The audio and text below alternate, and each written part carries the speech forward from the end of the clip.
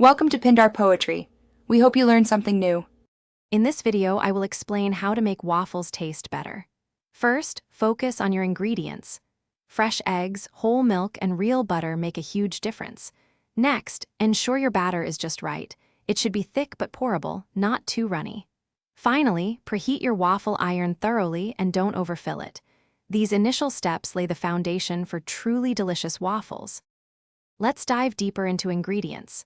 Buttermilk is a game changer, providing a lovely tang and a wonderfully tender crumb. If you don't have it, you can easily make a substitute with milk and a tablespoon of lemon juice or white vinegar. Don't forget a good quality vanilla extract. It truly elevates the flavor profile.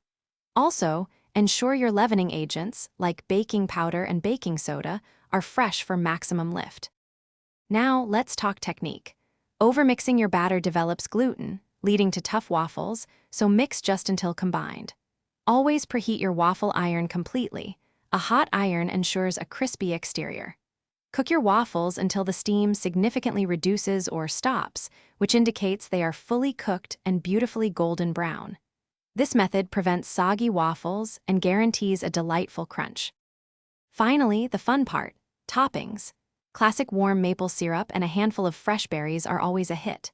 For something more indulgent, consider a dollop of freshly whipped cream or even a scoop of your favorite ice cream.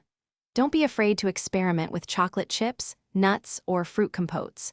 Remember to check the description for a link to the Echo Dot smart speaker and other great deals to enhance your home. Enjoy your perfectly delicious waffles. Thanks for watching. Consider subscribing if we helped you.